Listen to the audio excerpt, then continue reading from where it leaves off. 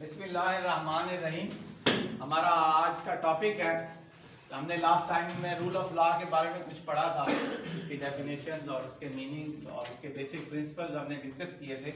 आज हमने basic requirement of rule of law को डिस्कस करते हैं कि रूल ऑफ लॉ क्या है और उसकी basic requirements of rule of law क्या है, उसकी बेसिक जो रिक्वायरमेंट्स है वो क्या है। तो rule of law basically supremacy of law कहलाती है कि एक कानून की हुक्मरानी किसी भी सोसाइटी के अंदर, किसी भी मुल्क के अंदर जरूरी है। अगर कानून नहीं है तो कुछ भी नहीं है, इसीलिए रूल ऑफ लॉ जो है हर सोसाइटी के लिए बहुत एक इम्पोर्टेंस रखता है। तो उसकी कुछ रिक्वायरमेंट्स हैं, वो भी जरूरी हैं कि ये रिक्वायरमेंट्स भी उस सोसाइटी को या उस कंट्री को या उस मुल्क को जो है फॉलो करनी पड़ती हैं या उसको जो है लाजमी तौर पर सामने रखना पड़ता है और ये फुलफिल भी करनी पड़ती है, ये रिक्वायरमेंट्स पूरी करनी पड़ती हैं, तभी रूल ऑफ लॉ किसी भी सोसाइटी के अंदर अच्छा चलता है, कानून की हुक्मरानी अच्छी चलती है। तो उसमें सबसे पहला जो रिक्वायरमेंट है वो है एक्सेसिबिलिटी एंड इंटेलिजिबिलिटी। एक्सेसिबिलिटी कहते हैं कि कानून की तक जो है हर शख्स की रसाई होना, हर शख्स की पहुंच में होना, तो उसको जो है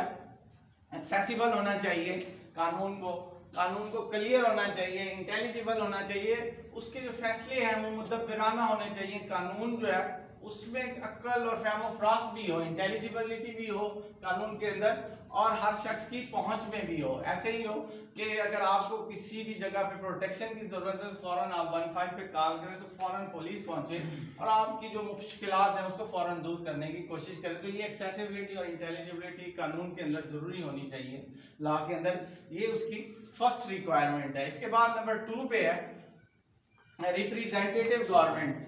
तो जो भी रूल ऑफ लॉ के ऊपर जो भी सोसाइटी बनेगी उसके अंदर उन्होंने कुछ इदारे लाजमी तौर पे बनने चाहिए या होने चाहिए। उनमें नेशनल असेंबली है, प्रोविंशियल असेंबलीज हैं, तो ये चीजें जो है उसकी बेसिक रिक्वायरमेंट्स में है कि जब तक आपकी असेंबलीज नहीं होंगी आपके वजीर आजम सदर कैसे सिलेक्ट होंगे, कैसे जो है वो गवर्नमेंट के ऑफिशियल बनेंगे और किस तरह वो काम करेंगे, जब तक ये रिप्रेजेंटेटिव नहीं होंगे रूल ऑफ लॉ पे कैसे लोग चलेंगे। ये रिप्रेजेंटेटिव होना भी जरूरी है और उसमें नेशनल असेंबली का होना, अब प्रोविंशियल असेंबलीज का होना ये भी जरूरी है और इसके साथ लोकल गवर्नमेंट्स का भी होना जरूरी है ताकि आपकी जो सोसाइटी, जो छोटे छोटे जो आपके लोकल एरियाज हैं उसके अंदर के जो मसाइल है वो भी गवर्नमेंट तक पहुंचे और उसके अंदर भी जो रूल ऑफ लॉ की जो नहीं पहुंच रही तो रिक्वायरमेंट वो भी जो है जरूरी है कि वहां तक भी पहुंचे, हर इलाके के अंदर जो है वो लोकल गवर्नमेंट्स की भी इन्वॉल्वमेंट हो, रिप्रेजेंटेशन हो। इसके बाद है नंबर 3 पे, ये मोस्ट इंपॉर्टेंट रिक्वायरमेंट है कि इंडिपेंडेंट ऑफ जुडिशरी, कि हमारी जो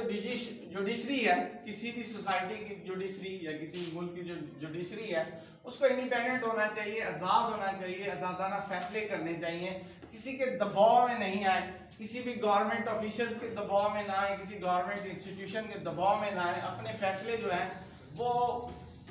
रूल्स एंड रेगुलेशंस के तरीके से करें, रूल ऑफ लॉ के तहत करें, तभी जो है एक रूल ऑफ लॉ की रिक्वायरमेंट पूरी होती है। कि जब तक हमारी अदलिया आज़ाद नहीं होती हमारे फैसले जो है वो as according to rule of law नहीं हो सकते। अदालत आज़ाद होगी, जुडिशरी आज़ाद होगी तो हमारे फैसले भी जो है अच्छे होंगे, हमारी सोसाइटी के अंदर डेवलपमेंट भी अच्छी होगी जब तक हमारी जुडिशरी जो है इंडिपेंडेंट होगी, आज़ाद होगी। इसके बाद है नंबर 4 पे जो इसकी रिक्वायरमेंट है वो यही है कि राइट टू फेयर ट्रायल। ये भी एक बेसिक रिक्वायरमेंट है कि किसी शख्स ने भी कोई अगर जुर्म किया है, कोई भी उसके से जो है गलती सरजद हो गई है तो उसका एक फेयर ट्रायल होना चाहिए, उसका मुतालिक तमाम तर जो शकूक व शुबहात हो वो ख़त्म होने चाहिए और वो अदालत के ज़रिए से ही ख़त्म हो। तो उसको मौका मिलना चाहिए कि हाँ भाई आपके खिलाफ ये एविडेंस आ रही है तो आप इसके बारे में अपना कुछ राय दें, उसकी राय को भी सामने रखें और उसके मुताबिक फैसले करें। तो ये एक फेयर ट्रायल होता है कि किसी भी शख्स के मुतालिक जो भी फैसला किया जाए तो आपको इस चीज का इत्मीनान हो कि हमारी जो आज़ाद जुडिशरी है वो अपने ट्रायल भी फेयर कर रही है। इसने लाजमी तौर पे शहादत मांगी होगी, लाजमी तौर पे जो है इसने इस शख्स का फेयर ट्रायल किया होगा तभी इसको जो है जो सजा मिली है ठीक मिली है। तो ये भी इसकी बेसिक रिक्वायरमेंट्स में है कि किसी भी शख्स का जो ट्रायल है, उसका जो उसने जुर्म किया है, उसका जो फैसला है वो दुरुस्त तौर पे होना चाहिए। तो इसके बाद है नंबर 5 पे, 5वीं जो रिक्वायरमेंट है वो है कि सिविल डिस्प्यूट जो है वो रिजॉल्व होने चाहिए विदाउट प्रोहिबिटिव कॉस्ट के बगैर किसी प्रोडक्टिव कॉस्ट के होना चाहिए, और इनऑर्डिनेट डिले के गैर जरूरी जो डिले हैं वो भी नहीं होने चाहिए। आपकी जो सिविल केसेस हैं, सिविल डिस्प्यूट्स हैं सोसाइटी के अंदर लोगों के, तो वो कम से कम अखराजात में और कम से कम दिनों में उनको हल होना चाहिए। ये नहीं है कि एक केस जो है वो 15-15, 20-20 साल तक चले, तो कम से कम जो है वो टाइम के अंदर जो है इसको सॉल्व होना चाहिए। नंबर 6 पे है इक्वालिटी बिफोर द लॉ। ये इसके बेसिक प्रिंसिपल में भी है और इसकी बेसिक रिक्वायरमेंट में भी है कि आपने सबको जो है कानून के सामने बराबर समझना है। किसी को भी अमीर गरीब का जो है कोई फर्क नहीं हो कि अगर अमीर आ रहा है तो अदालतें खुद खड़ी होना शुरू हो जाएं, या अदालतें जो है उसके लिए कहेंगे आपके लिए एक स्पेशल लॉ है, स्पेशल कानून है। ऐसा नहीं होना चाहिए। सब के लिए एक जैसा कानून हो और एक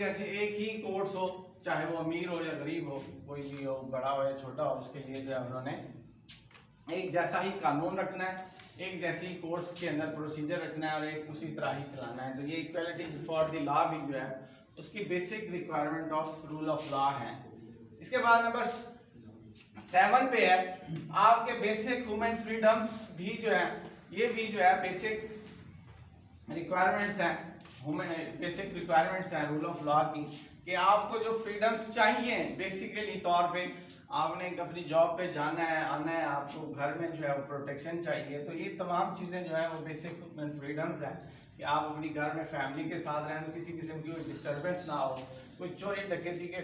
खदशात ना हो, आपको इस तरह की चीज़ों से जो है रूल ऑफ लॉ ने प्रोटेक्ट रखना है। तो कानून होगा तो आपकी प्रोटेक्शन भी होगी और बेसिक ह्यूमन फ्रीडम्स भी प्रोटेक्ट होंगे। तो ये बेसिक ह्यूमन फ्रीडम्स की प्रोटेक्शन देना या ये बेसिक ह्यूमन फ्रीडम्स देना, ये भी रूल ऑफ लॉ की बेसिक रिक्वायरमेंट्स के अंदर है। तो ये हमारे जो 7 पॉइंट्स थे बेसिक रिक्वायरमेंट्स के रूल ऑफ लॉ के, वो आज हमने डिस्कस किए हैं। कल इंशाल्लाह नेक्स्ट टॉपिक जो होगा वो डिस्कस होगा।